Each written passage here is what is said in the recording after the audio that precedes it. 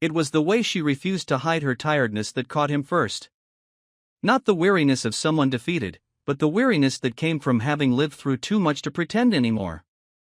She wasn't beautiful in the classic sense, there was no airbrushed smoothness, no carefully curated softness, but she was compelling, with sharp eyes and a mouth that looked like it used to laugh a lot more than it did now. Nathan saw her before she saw him, tucked into the far corner of a quiet art gallery across from campus, her arms crossed too tightly over her chest, her eyes fixed not on the paintings, but on the gaps between them. She was looking for something else, maybe something that had nothing to do with brushstrokes or color. He was 23 and bored with the polished bodies and recycled opinions of his classmates. She looked like a real person, someone flawed, someone unpredictable. He moved closer. The gallery was holding a student exhibit, and Nathan had only shown up because his roommate had a sculpture on display, some steel monstrosity meant to reflect the entropy of modern thought, but his attention snagged on her the way a sweater catches on a nail. Her coat was expensive but not new, her shoes were heeled but practical, and her hair was up in a bun that had clearly lost its structure by accident rather than design. She stood like someone trying not to be noticed but not willing to leave either. Nathan drifted toward her, pretending to examine the same painting, a chaotic splash of reds and blacks and a single streak of white across the canvas like a scar. "Do you think the white's supposed to be hope or regret?" he asked, not because he cared, but because it seemed like the sort of question that might reveal something. She didn't look at him immediately. Her lips moved slightly, pressing together, deciding whether to be amused or dismissive. When she turned, her face held no makeup, and her eyes were darker up close. "Does it matter? Either way, it cuts." Her voice was low, a little hoarse, the kind that sounds like it used to sing once, or yell a lot, or both. Nathan smiled, not charmingly, not eagerly. He wasn't trying to get her number. Not yet. Just to see if she'd say something else. "Maybe it doesn't matter," he said. "But maybe the artist wanted us to care enough to ask." She tilted her head, just enough to suggest a reassessment. "Are you the artist?" "I'm not that tortured," he replied. "Yet." She gave the smallest twitch of a grin, and he noticed how little it took for her expression to change, how a whole face could shift just from a slightly lifted corner of the mouth. "Then why are you here?" "Curiosity," he said. "And a free glass of boxed wine. But mostly, I guess, to meet someone who looks like she doesn't believe a single word on these plaques."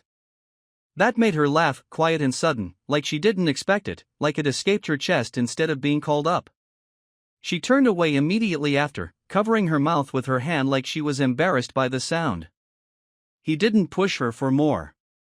Instead, he nodded once, said "nice talking to you," and began to walk off.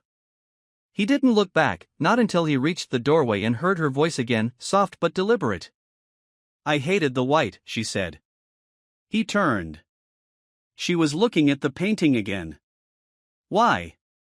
"Because I thought it was hope," she said. "And I didn't believe in it."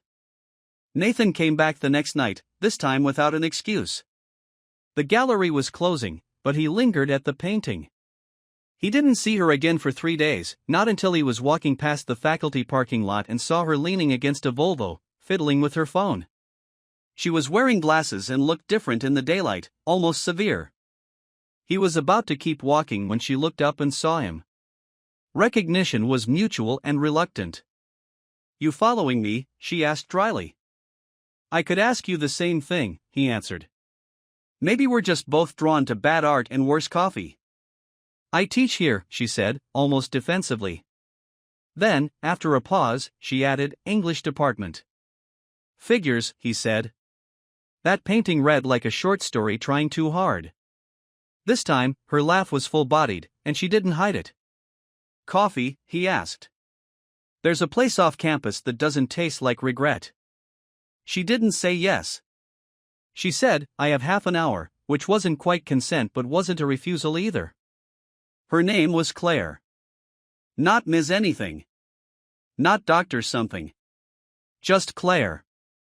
Over lukewarm lattes and a shared scone neither of them admitted to liking, they talked about books and disappointment and the way some days can feel like a whole year. Claire was 42, divorced, with a daughter finishing high school out of state and a career that looked tidy on paper but hollow in practice. Nathan had no idea what he was doing with his life except knowing that he didn't want to do what everyone else was doing. He liked that she didn't try to guide him. She liked that he didn't ask her to explain herself. It wasn't love, not then. Not even lust. It was intrigue. A curiosity that felt like it might become dangerous if they let it. The first time he made her genuinely smile, fully, without the trace of apology or restraint, they were sitting on a park bench, watching a kid try to fly a kite in dead wind. Nathan, bored, took off his hoodie, ran across the grass, and flung it into the air like it was a kite too. It hit the ground instantly. The kid clapped. Claire laughed like she hadn't laughed in years. And in that moment, she stopped being older and started being someone worth knowing. They didn't call it anything. There were no labels, no declarations, no breathless confessions. Just long walks after dark, shared sandwiches on benches, and hours spent in Claire's car listening to music Nathan had never heard before, gritty jazz, haunted folk songs, women singing like their hearts were made of stone and smoke. He learned her silences. She learned the cadence of his sarcasm. The gaps between their ages were less about numbers and more about the angles from which they viewed the world. Claire walked like she'd lost things. Nathan walked like he hadn't found anything yet. Still, for all their rhythm, there were sharp edges that scraped below the surface. She'd been married to a man who prized appearances above connection. A lawyer, clean-shaven, well-spoken, shallow as a wading pool. They had hosted dinners where conversation was curated like a performance and laughter was rationed to socially acceptable bursts. He left her when her mother got sick and she stopped pretending to be interesting for the sake of his colleagues. She never remarried. She never tried. Her daughter, Lena, lived with him now, in Chicago. Claire didn't talk about her much, but when she did, it was always with a tightness in her jaw, as if the subject were something she owed to the world but could no longer afford emotionally. Nathan, meanwhile, was fresh from a betrayal that still hovered over his skin like old smoke.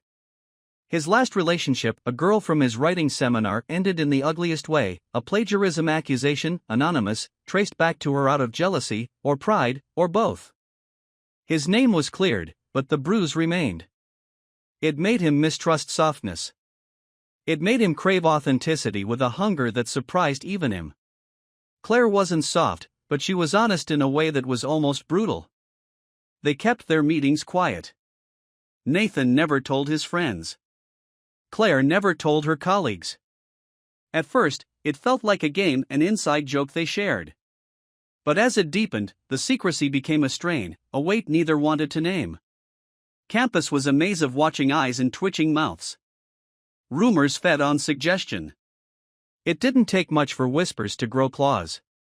Claire's position at the university made her a ripe target, even if she'd never taught him a class or had any professional tie to him at all. It didn't matter. The optics alone were enough to rot reputations from the inside out. Still, they kept meeting. At cafes tucked behind bookstores. In dim corners of bars where no one recognized them. Once, they drove 2 hours just to walk through a sculpture garden where they could pretend to be strangers or lovers or both without anyone watching.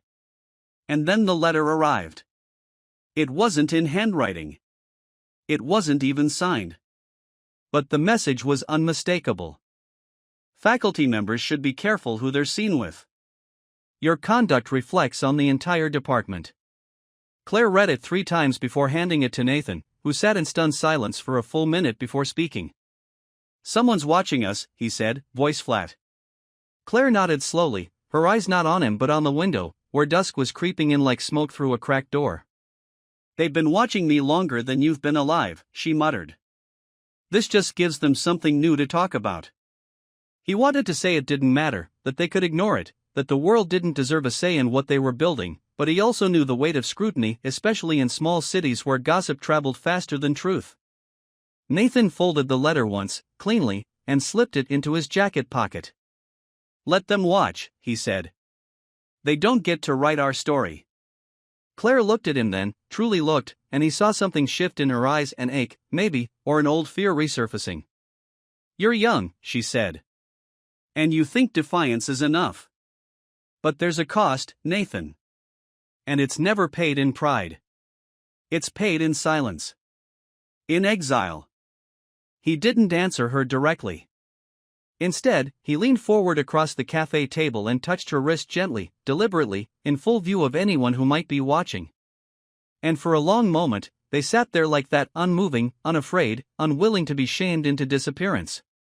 But the walls were already tightening. That night, Claire's department head sent her a vague but pointed email about professional boundaries and maintaining a respectful image. Nathan got a call from a former classmate who asked, far too casually, if he'd been getting extra credit in bed. The barriers were no longer implied. They were carved into every glance, every half-smile, every pause before a question too dangerous to ask outright. Still, neither of them walked away. Not yet. It was in the nighttime that they became most alive, not because it was secret, but because it was finally quiet. No eyes. No questions. Just space. Just breath. Just the thin margin of hours where they didn't have to brace themselves against the world. Claire had started driving to his apartment just after 11 most nights, parking in the alley behind the building, stepping into the stairwell like someone stepping through a portal. Nathan would meet her barefoot, hair wet from the shower, t-shirt clinging to his shoulders, smelling faintly of mint and soap and a day wiped clean. They talked more than they touched. They sat with their legs tangled on his couch or curled on the floor with notebooks open and half-drunk coffee cups sweating on the table. Nathan wrote late into the night raw, unedited thoughts and read them aloud without shame. Claire didn't flatter him. She marked lines that were too self-conscious, circled phrases she said she could feel in her throat. This, she'd say, tapping the page. This is what you mean. Everything else is just throat clearing. He told her things no one knew. How he sometimes panicked at the thought of waking up 10 years from now and realizing he'd done nothing that mattered, how he didn't believe in soulmates but sometimes believed in accidents that felt like fate. Claire, in turn, let him see the parts of herself she didn't show anyone anymore, the letters from her daughter she never replied to, the poetry chapbook she'd published under a different name, the story about the miscarriage she never told her ex-husband about because she didn't want to see relief in his eyes. Their conversations weren't soft. They were sharp-edged, hungry, sometimes brutal. But they were real. And that realness wrapped itself around them like warmth that didn't ask for anything but to be held. One night, after he'd read her a piece about memory and fog and the way people become ghosts before they leave, Claire reached for him without speaking, kissed him slowly, deeply, like she was tasting something she thought she'd never get to taste again. There was no rush. No pretense. Just the certainty that this mattered, that it was theirs. When they moved to the bed, it wasn't about possession, it was about permission. Two bodies saying, yes, I still want. Yes, I still can. And it could have stayed there. Just theirs. Something tender and strange, wrapped in the dark, untouched by the world. But the world doesn't wait for anyone. It was a Thursday afternoon. Nathan had taken the long way back from class and ducked into an indie bookstore to kill time. Claire had texted that she might be late for their usual Thursday night ritual, cheese, wine, and watching terrible noir films, but she never said why. He turned the corner near the local history section and froze. Claire was there. Not alone. With her daughter. The resemblance hit like a brick, same jawline, same direct stare, same way of standing like she wasn't afraid to take up space. Lena looked maybe 18, 19. Her expression was closed, carefully blank, but Claire's posture was taut, defensive. Like she'd expected to be ambushed but didn't want to admit it. Nathan didn't say anything. He backed out of the aisle, out of the store. He didn't even text her. Didn't want to make it harder. He waited, hours passing like years, pacing the corners of his apartment. When the knock finally came, near midnight, Claire stood in the doorway with her arms crossed, not crying, but visibly fractured. She saw the texts, she said, stepping inside. My phone lit up while I was in the kitchen. She read the top of one of yours before I noticed. Nathan sat down slowly, trying to understand what this meant. She didn't say anything about it until the bookstore. She waited. She let me buy her a sandwich, a book. Then she turned to me and asked, "Are you sleeping with someone my age?" Claire laughed once, bitterly. Not who is it, just are you. Like it didn't matter which name. What did you say? Nathan asked, quietly. I didn't lie, she said. I've lied enough to her already. He looked at her, trying to read all the things she wasn't saying. Is she going to tell anyone? She doesn't have to, Claire whispered. She saw us once. In the parking lot, maybe. She doesn't know who you are yet, but she will. The moment she connects your face to the university, to my world, this all breaks. The room was still for a long time. Claire sat on the edge of the couch, elbows on her knees. She said something before she got on the train. She said, I don't care that you're seeing someone. I care that you're hiding him like a mistake. Nathan leaned back, closed his eyes. The silence between them felt full of questions neither of them wanted to ask. Eventually, Claire reached over and laced her fingers through his. She's not wrong, she said. I'm tired of hiding. But I don't know if I'm strong enough to be seen. Nathan didn't reply. He just held her hand tighter. They sat like that, as the streetlights flickered through the window, as the clock ticked past 2, as the first crack in their world widened, quiet, but unstoppable. Spring arrived with no permission. It came suddenly, buds cracking open on trees, couples spilling into parks, the world pretending things could be reborn. But Nathan and Claire weren't pretending anymore. They moved with more caution, but also with more certainty. There was no more wondering.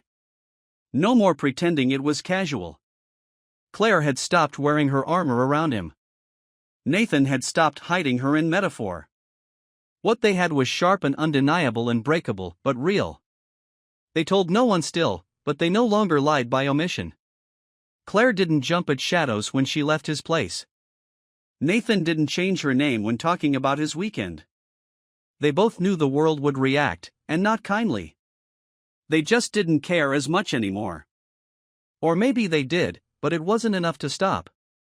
Then came the literary conference. Claire had been invited months earlier to moderate a panel on narrative integrity in memoir. It was a bland title, the kind meant to slip past controversy while promising a room full of English department peacocks and underfed graduate students. Nathan hadn't planned to attend. He wasn't part of the scene, didn't care for the elbowing politeness of the academic crowd. But Claire had asked him to come, to listen. To see her in her element. It felt like a gesture.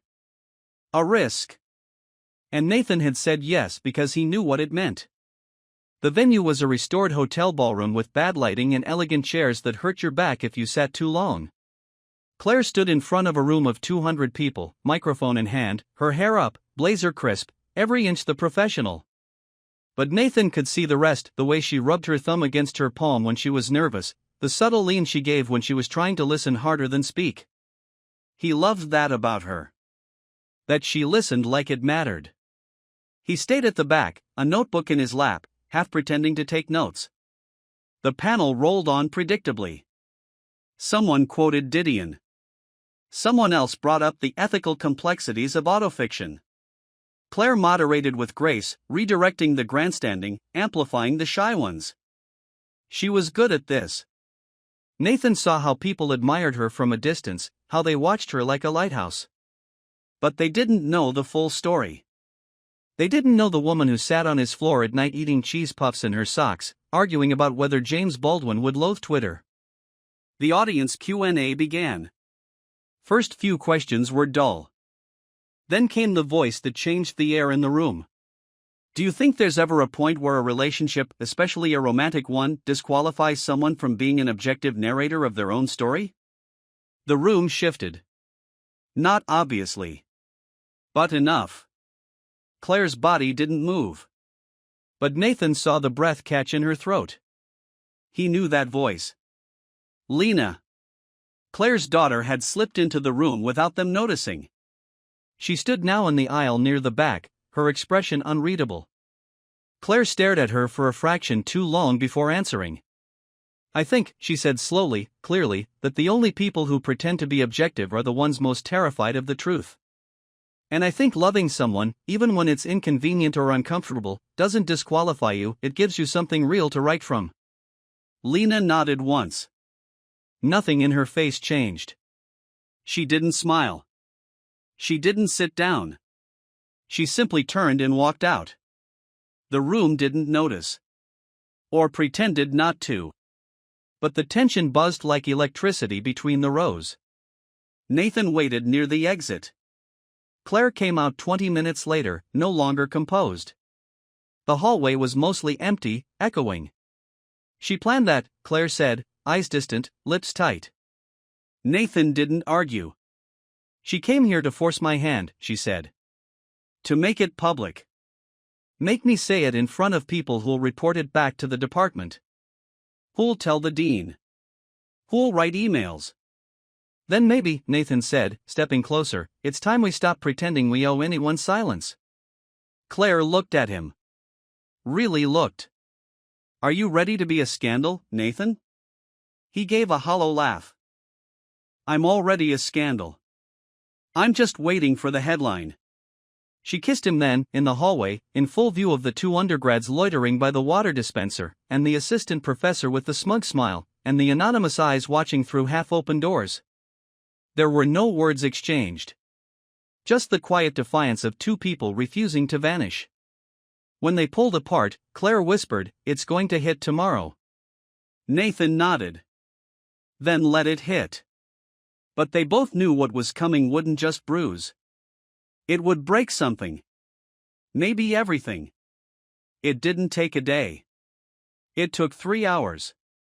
By that evening, someone had posted a blurry photo of the hallway kiss, Claire's hand cradling Nathan's cheek, his eyes closed, her back half-turned like she was shielding him from the rest of the world. The caption wasn't accusatory, not overtly. It just said, "When your prof's lecture on ethical narrative comes with live examples." #conference drama #messy memoir. That was all it needed. The university launched an inquiry. Claire was called in to meet with the dean, who had perfected the art of disappointment disguised as concern. Nathan's name was mentioned in staff meetings. Emails were exchanged with thinly veiled language, phrases like inappropriate boundaries, mentor-student imbalance, community standards. Never mind that she wasn't his professor.